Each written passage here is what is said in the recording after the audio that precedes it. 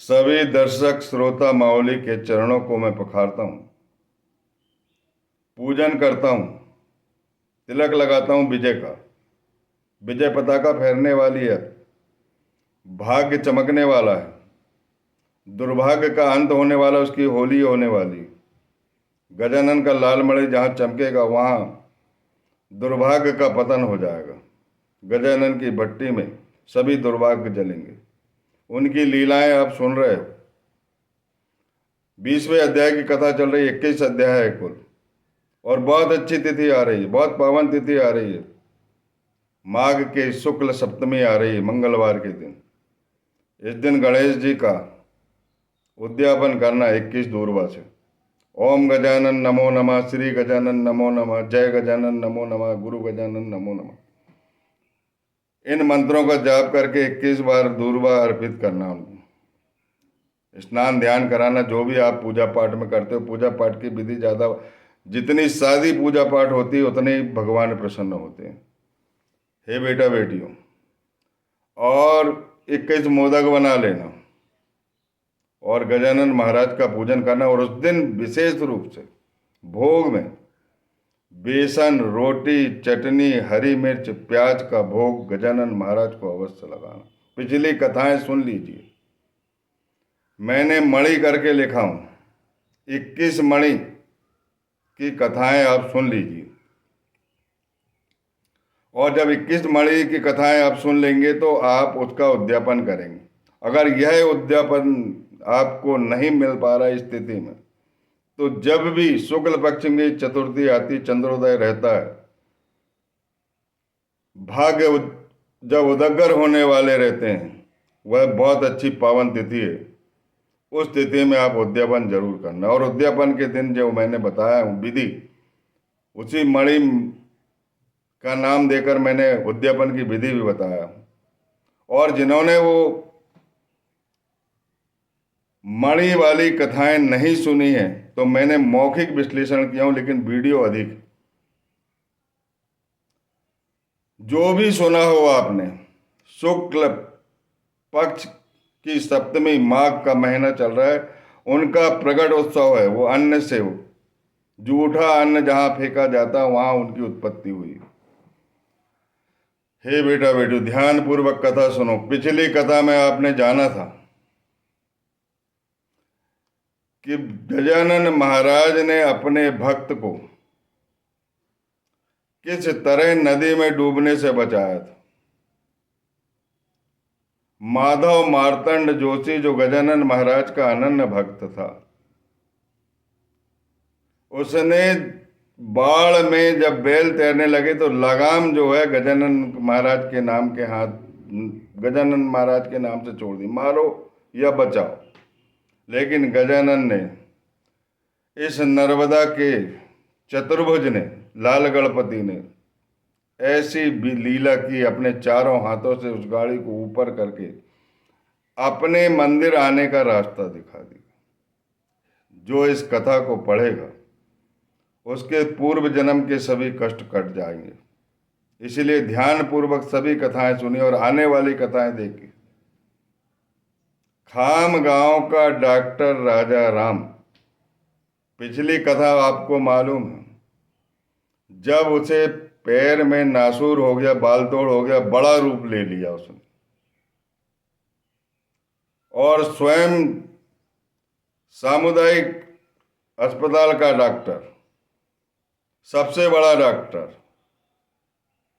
मुख्य चिकित्सा अधिकारी का, उनके अंडर में डॉक्टर की टीम रहती है, बाहर के डॉक्टर भी आए, उस फोड़े का इलाज किए, उस बालतोड़ का इलाज किए, लेकिन इलाज सफल नहीं हुआ। शल्य चिकित्सा भी की, लेकिन इन्फेक्शन बढ़ते ही गया। अर्धरात्रि में गजानन महाराज अपनी बैलगाड़ी में बैठकर एक ब्राह्मण का रूप धर के विभूति और तीर्थ जल, अपने चरणों का तीर्थ जल जो है वो लेकर आए, दूसरा रूप रख। और दरवाजा खटखटाया। 2 बजे रात को दरवाजा खोला गया तो उन्होंने बोले कि गजानन महाराज ने ये विभूति और ये पहुंचाई है भाव के लिए, डॉक्टर भाव के लिए, क्योंकि वो उनका निस्सीम भक्त था। और उसी रात उस फोड़े से मवाद निकला और मवाद निकलने के बाद वह ठीक हो जाता है राजा राम कंवर। ये कथा आपने जान ली, बड़ी मार्मिक कथा है। जो इस कथा को सुनेगा उस घर में कभी कोई आदमी बीमार नहीं रहेगा, क्योंकि गजानन महाराज वहां रहेंगे। देवघर स्थापित कर लीजिए, आनंद आएगा। सोने चांदी की मूर्ति में उतना आनंद नहीं है जितनी नर्मदा के पत्थरों में। शंकर जी का परिवार है नर्मदा के पत्थर। हे बेटा बेटियों, ध्यान से सुनो। गजानन महाराज के आपके दोस्त कोई भी सदगुरु हो, सब गजानन महाराज हो, उनसे भिन्न नहीं है। ऐसा मत सोचना कि गजानन महाराज अलग है और वो अलग है। आप अपने सदगुरु के सामने उनकी फोटो रख के, अपना देवघर रख के अपना पूजन पाठ कर सकते हो। अगर भिन्न समझोगे, अलग अलग समझोगे, तो मन में भ्रम की स्थिति बनेगी और साधक को कुछ नहीं मिलने वाला। उस डॉक्टर राजा राम कंवर की अब ये दूसरी कथा है। खामगांव से उनकी बदली हो जाती है, तेल्हारे आ जाते हो, और तेल्हारे में एक दिन उनकी इच्छा हो जाती है गुरुवार के दिन कि गजानन महाराज के दर्शन करना चाहिए। बैलगाड़ी से सपरिवार गजानन महाराज के यहाँ पहुंच जाते। बैलगाड़ी वाले का देखा हुआ रास्ता है, वह गाड़ी में बैठे बैठे सो भी जाता था तो मंदिर तक गाड़ी पहुंच जाती थी, और मंदिर से गाड़ी जो बैठे तो यहाँ तक आ जाती थी। बैल इतने सदे हुए थे। दिन भर उनका पूजन पाठ का कार्यक्रम हुआ। गजानन महाराज से उन्होंने मंदिर में आशीर्वाद लिया, सब कुछ हुआ।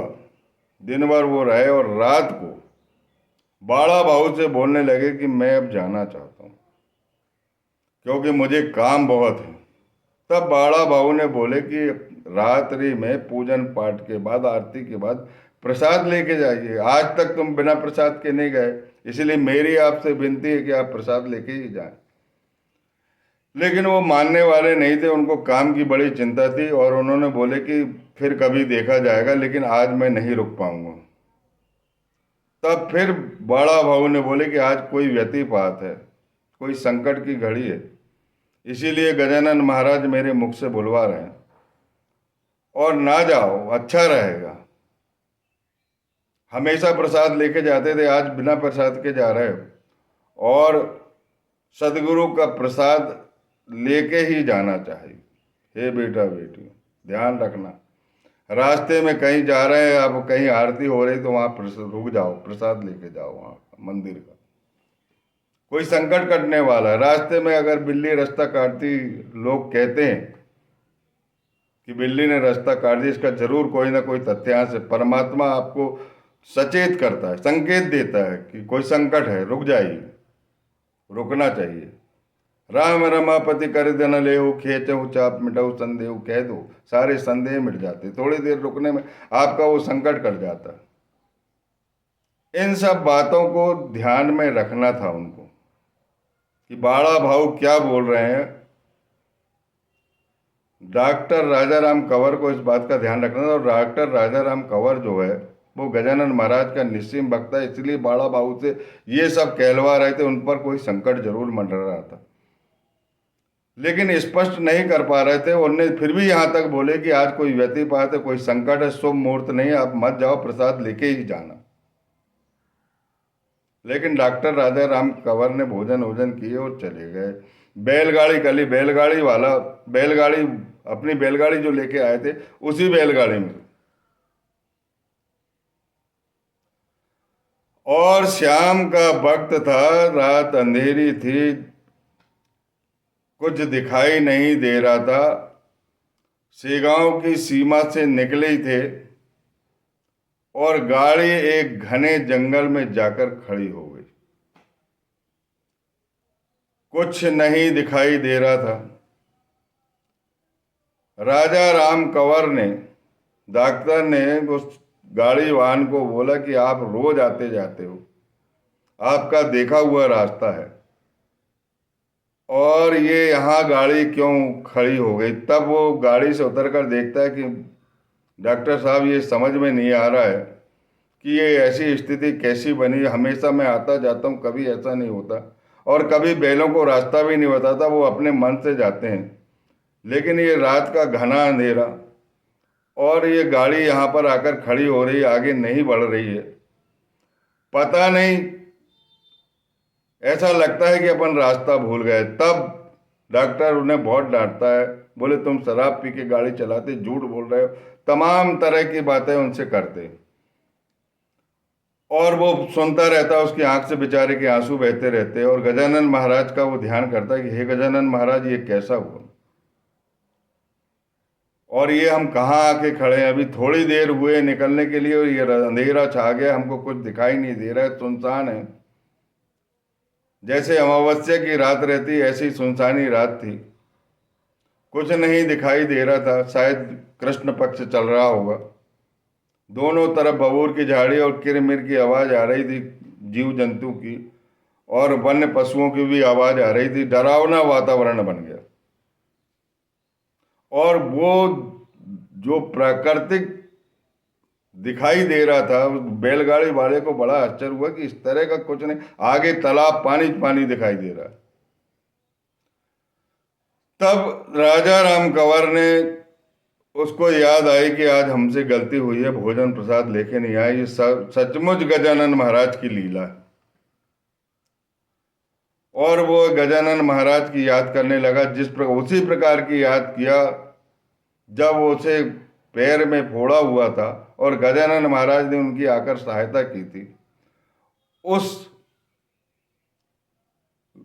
उस प्रक उस उस उस समय जो सहायता हुई थी, उस सहायतार्थ वो है प्रार्थना करने, हे गजानन महाराज, जब मैं विपत्ति में था और खटिया पे कराए रहा था, मरणासन्न अवस्था में था, मेरे शरीर का जो इन्फेक्शन है बढ़ा जा रहा था, मुझे तीव्र बुखार था, फोड़े में अत्यधिक असहनीय दर्द था, तब आपने विप्र का रूप रख के मुझे ऊदी और तीर्थ जल देकर मुझे जिंदा किया। आज मेरी स्थिति वैसे ही बन गई और मैंने आज कहना नहीं माना। कोई संकट मेरे ऊपर मंडरा रहा था और बाड़ा भाव का भी कहना नहीं माना। उन्होंने स्पष्ट शब्दों में बोले कि आज संकट है, शुभ मुहूर्त। मैंने नहीं माना, मैंने मुहूर्त वहूर्त पर विचार नहीं किया, काम की जल्दी के कारण मैं आ गया। मेरी मदद करो, मैं तुम्हारे पास फिर से वापस आना चाहता हूँ और तुम्हारा भोजन प्रसाद लिए ही लेकर जाऊंगा। जो बाड़ा भाऊ ने कहा उसे मैं पूरा करूं। तब उन्हें उसी समय एक बैलगाड़ी की आवाज सुनाई देती और उसके घुंघरू सुनाई देते हैं। उस घुंघरू की का संकेत पाकर, उसका प्रतीक पाकर उस उधर ही एक गाड़ी बढ़ाते तो वह बैलगाड़ी के पास पहुंच जाते बैल। तब वह बोलता है, उस बैलगाड़ी वाले से पूछते हैं कि हम कहाँ पर है। बोले आप अभी सेगांव की सीमा पर हैं और ये सेगांव को जाने वाला रास्ता है, मेरे पीछे पीछे चलो। वह आगे आगे चलता है। हो सकता है वो गजानन महाराज की लीला, क्योंकि गणपति की लीला बड़ी अद्भुत है, बड़ी अगाध, विघ्नहरण, मंगल करण। सारी समस्याएं वहां हल होती, कोई भी संकट वहां ठहर नहीं पाता। भक्तों की किसी भी हालत में वो रक्षा करते हैं। हे बेटा बेटी, ध्यान पूर्वक कथा सुनो। आज जो भी संकट है आपका और भविष्य में जो भी संकट है, उसका ठेका है गजानन महाराज को। ध्यान रखो, ये लाल मणि, चमकता हुआ लाल मणि आपके देवघर में रहेगा, विराजेगा। सोने चांदी की मूर्तियां सब फेल हो जाएंगी। आपके घर में एक देव रहेगा जिससे पूछ कर सारे काम करोगे। मैं ये नहीं बोल रहा हूँ कि सारे देवताओं को आप वो कर दो, सारे देवता ही एक ही देवता, कोई अलग अलग नहीं। जितने भी रखे, कभी किसी से वो मत बोलना है, सब रखे रहने दो, जहां जमे वहीं रमे जमे रहने दो और जितना बनता है उतना करो। पर ध्यान रखो, प्राणपन से प्रेम करो, हृदय से प्रेम करो। फिर से राजा राम कंवर जो है गजानन महाराज के मठ पर पहुंच जाता है सेगांव। और फिर रात्रि का जो प्रसाद है बाड़ा भाऊ से खाता है और बाड़ा भाऊ से पूछते कि क्यों वापिस आ गए। तब वो पूरा वृतांत समझाता। बाड़ा भाऊ की आंख में भी आंसू आ जाते, क्योंकि वो ही गादी पर बैठे रहते और उन्होंने ही समझाया था कि बगैर प्रसाद के नहीं जाना चाहिए, आप पर कोई संकट है। और वही स्थिति बनी और दोनों इस वृतांत को गजानन महाराज की प्रत्यक्ष लीला, जिसने राजा राम कंवर को दूसरी बार बचाई और वो दूसरे दिन फिर गरीबों को भोजन दान पुण्य करते हुए दूसरे दिन फिर भोजन प्रसाद लेकर फिर प्रेम से उसी बैलगाड़ी में जाते तो सीधे सीधे रात्रि में पहुंच जाते हैं खामगांव। बोलिए सर्वसमर्थ गुरु गजानन महाराज की जय। अनंत कोटि ब्रह्मांड नायक महाराजाधिराज योगीराज परब्रह्म सत्य चित्त आनंद सर्वसमर्थ शेगांव निवासी समदर्शी सविता सूर्य नारायण गजानन महाराज की जय। हे बेटा बेटी, जो इस कथा को सुनेगा, त्रिलोक में कोई भी संकट है, पूर्व जन्म के, हजारों जन्म के, कोटि कोटि जन्म के कितने भी संकट है, सब समाप्त होने वाले। और आपके भाग का सूरज आपके घर में उदित होने वाला, क्योंकि देवघर आपके यहाँ स्थापित हो रहा है और सप्तमी को आप वो कर रहे हैं और नहीं कर पा रहे तो पूरी कथाएं सुनिए। शुक्ल पक्ष की चतुर्थी को जरूर उद्यापन करिए, समस्त संकट कटेंगे, समस्त वेदनाएं संताप दुख जो भी है सब कटेंगे। आपकी ज्योतिष विद्या में अगर आपकी कुंडली खराब है तो पवित्र कुंडली हो जाएगी। बिल्कुल ध्यान मत दो इन सब चीजों में। विधाता ने जो एक बार तकदीर में लिखा है उसे भुगतना पड़ता है, लेकिन प्राणपन से सदगुरु की आराधना करो। कृष्ण भगवान ने यही बोले, आत्मज्ञानी को प्राणपन से चाहो और उनसे ज्ञान प्राप्त करो, उनका पूजन करो। जब उनमें तुम मिल जाओगे तो तुम मेरी प्राण और आत्मा बन जाओगे। यही भगवत गीता का उद्देश्य है और इसी से पार लगोगे। कलयुग में पार करने का और कोई साधन नहीं है, सिर्फ आत्मज्ञानी। इसीलिए ध्यान रखो, इन कथाओं से प्रेम करना सीख जाओ। बोलिए सच्चिदानंद सर्वसमर्थ गुरु गजानन महाराज की जय।